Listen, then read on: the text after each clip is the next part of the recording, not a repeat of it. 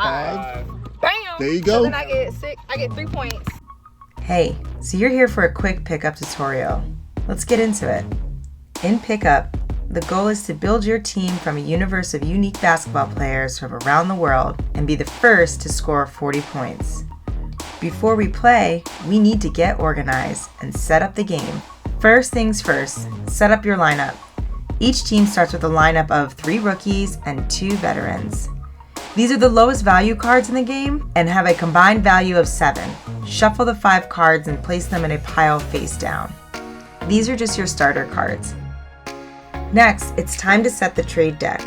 Shuffle the deck of the remaining 40 unique player cards and set the pile face down.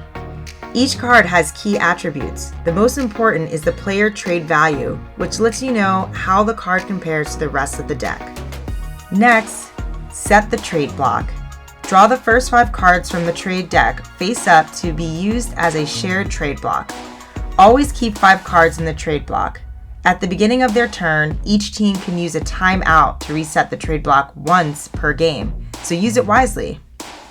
Then you'll need to set the deal cards. Place the pile of 6 front office deal cards face up next to your trade deck. Last but not least, now it's time to set the court. Place down a center court token or any similar object to indicate the center position of your court. Each side has 3 court positions you can fill. Alright, let's decide who goes first. Each team rolls the dice with the higher roller going first.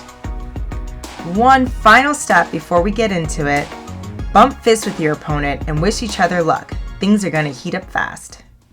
Alright, we are set. Now on to the 3 main actions in pickup. Draw, trade, and shoot. To start your turn, draw the top 3 cards from your lineup. This is important.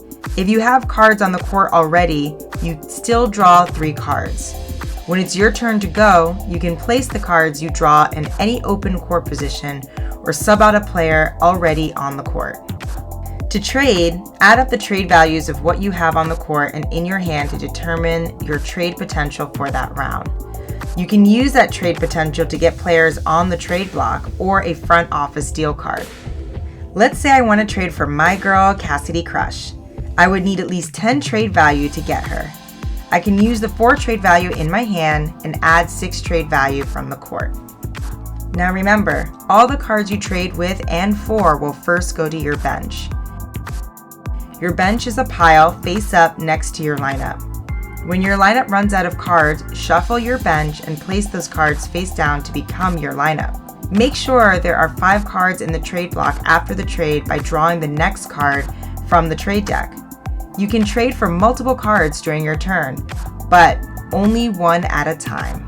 Now, don't sleep on trading for front office deal cards. Just like player cards, they first go to your bench after being acquired. When you draw a front office deal card, it can be used to either 1. Provide 3 trade value, or 2. Send a card in your hand on the court or on the bench to the retirement pool. Player cards in the retirement pool are out of the game and can't be used again. After using a front office deal card, send it back to the pile of the front office deal cards.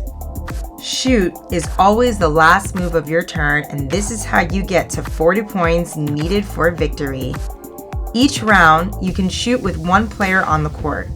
You can also choose not to shoot and end your turn. To shoot, push 1 player forward and roll the dice. If the dice roll equals any of the shooter's shot zones, then it counts as a made shot. If the shot is made, calculate your points. If there is no defender, the shot counts for the shooter's entire offensive value. If there is a defender, then subtract the defender's defensive score from the shooter's offensive score. A made shot will always count for at least 1 point and the defender gets sent to the bench. A missed shot counts for 0 points and the shooter gets sent to the bench. Once your turn is done, any cards left in your hand go straight to your bench. To keep the game flowing though, start your next round by drawing 3 cards from your lineup and strategize while it's your opponent's turn. Last, but certainly not least, we have special abilities. Players may have up to 3 unique capabilities that affect different aspects of the game only when the player is on the court. Throughout the game, especially before you shoot, take time to read through the player abilities on the trade block and on the court. This is what makes the game interesting.